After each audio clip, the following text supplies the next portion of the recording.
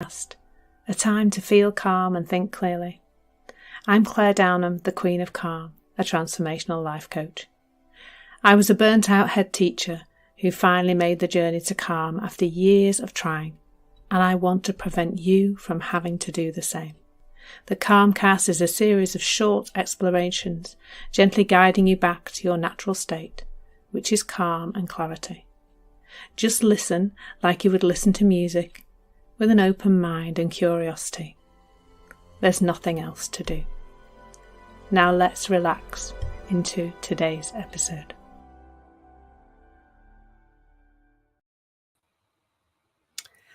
So the title of today's session is Intuition versus Ego. And that's because after yesterday's session, I received a beautiful comment on where I'd gone live on LinkedIn. And this is what the comment said, and I have asked this person's permission to share this. And I absolutely love this, answering questions that people really are thinking about, because that's how I'd like these sessions to be helpful. So if there's something on your mind, and I can do this completely anonymously, and will do, actually, I'll keep it anonymous.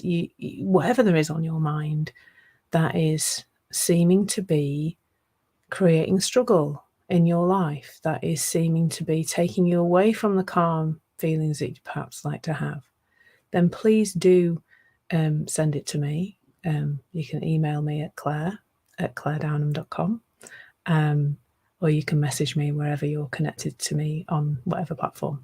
So please do reach out. I would love to explore things that are really on your mind. So the question came out in like this. So the person said, I have a question about intuition versus ego. I have a hard time differentiating the two. My ego has often led me down the wrong path when I thought it was intuition. Now I'm afraid to listen to my inner voice because I don't know whether it truly is my intuition or my ego in intuition's clothing. So the first thing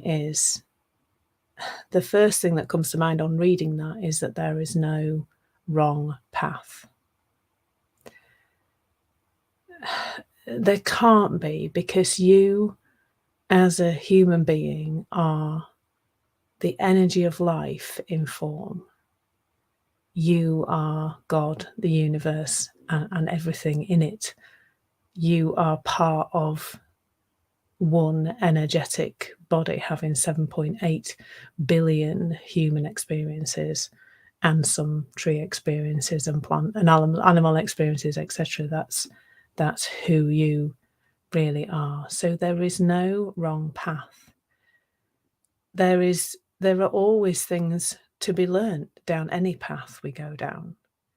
Tomorrow it is 8 years since I walked out of work completely burnt out. Now, that's a pretty horrendous thing to happen. It led to me not working for a year. Probably talk about it tomorrow, but I am still grateful, and I actually do celebrate that anniversary every year inside. I don't necessarily have a big party, but I do celebrate it. I do enjoy remembering how important that thing was that happened to me. So the first thing is that there is no wrong path. Life is happening for us, not to us. And that's a lovely, that it's Byron Katie who says that. And I can't remember the rest of the quote, but it's really beautiful. Whatever we think life is happening to us, we're going to have an uncomfortable experience of it. When we realize it's happening for us, it's teaching us, it's taking us down a path to perhaps reveal another aspect of ourselves, perhaps to provide us with an experience that allows us to learn something new so that we can become different to how we were before, because that's how that happens, really, is through insight. So that's the first thing, is you can't get life wrong. And I think knowing that takes a lot off our minds to start with. But let's explore a little bit further this concept of intuition against ego. And interestingly, because I knew I was going to do this session, Bruce and I had a little chat about it this morning. And I think there's some confusion in spiritual conversations about intuition or inner guidance or gut instinct, whatever you want to call it, and about being in a nice feeling. So I would say for me, and this is, remember, this is just my personal reflections on this. You don't have to do anything, but it's a good idea to explore this for yourself, to sit with yourself on this. For me, I have a lot of beautiful ideas, and they come with a lovely feeling. They feel fresh and new. They feel exciting. And that's a lovely feeling. That's really good. It feels nice, doesn't it? It's like, oh, wow, that's really exciting. And then what happens to those ideas, and trust me, this happens to a lot of my ideas, is that the thoughts come in. And the thoughts say, this is rubbish. You're going to look stupid doing that. It's not going to work. It's not going to create the results you think you want. Blah, blah, blah, yada, yada, yada. And that feels awful. That feels uncomfortable. It feels sticky. I feel stuck when those thoughts come in. It creates inactivity or procrastination in my case often. Suddenly I'm doing something other than the thing that sounds really exciting. I have a few things tapping me on the shoulder at the moment, personally, around my physical health, about what I should be eating. I know I'm ignoring. I think for me, intuition feels fresh and new. It feels like not the old repetitive, this is the way to do life, this is how you do life, this is who you are, you can't do that. That kind of thing feels more like what you might call ego or our conditioned reaction to things. So what we then do is, so we've had this fantastic idea, it's been covered over by this thinking, this yucky thing. I don't know what is, but anyway, I'm going to go with it. It feels awful. We feel a lot of resistance, so we don't do the thing.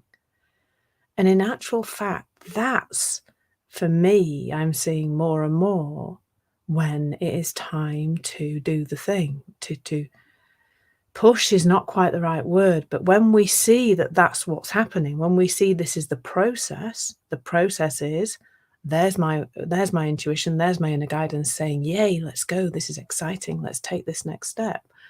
Then the other thing about intuition as well for me feels it's now. It's I could do this right now, or I could at least pick up the phone and book it in, or start making a landing page for it, or I could, in theory, if it was doing a live video, for example, I could literally go on my computer and do a live video there and then. So there's something very present about that kind of newness. It feels like it's the next step. It feels like I can do it now.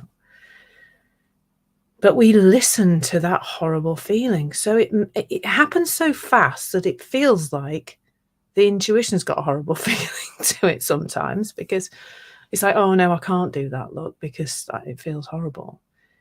Because too often we've kind of been told that everything's supposed to feel nice all the time, and that and often in spiritual conversation it's about follow the nice feeling and don't do things that don't bring about a nice feeling. But for me, I see this when I talk to other coaches, some of whom I coach myself, that creates a real stickiness and a non-progress in their business, and therefore not creating what they'd really like and not helping the people they could really help.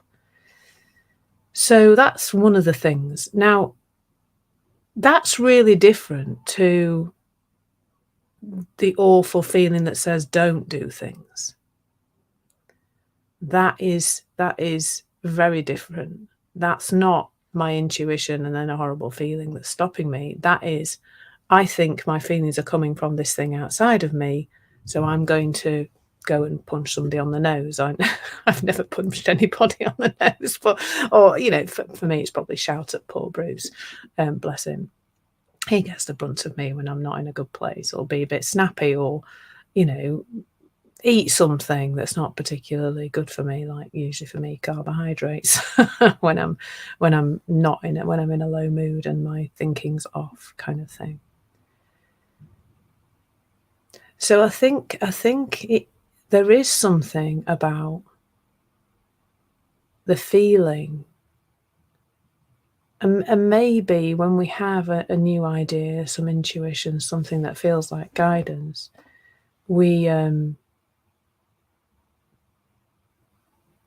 just go back and sit with it, I think.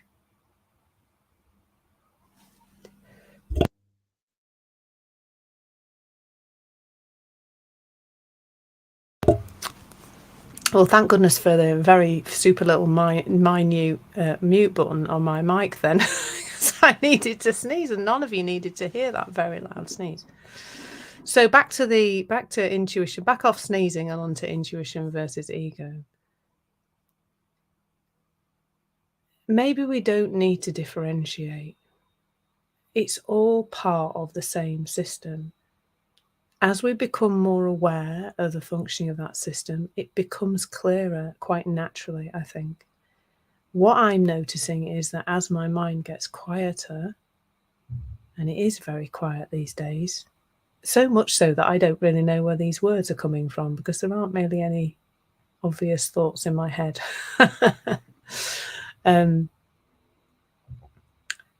As our mind gets quieter, we will start to see it more clearly. We will feel that ability to follow that inner voice.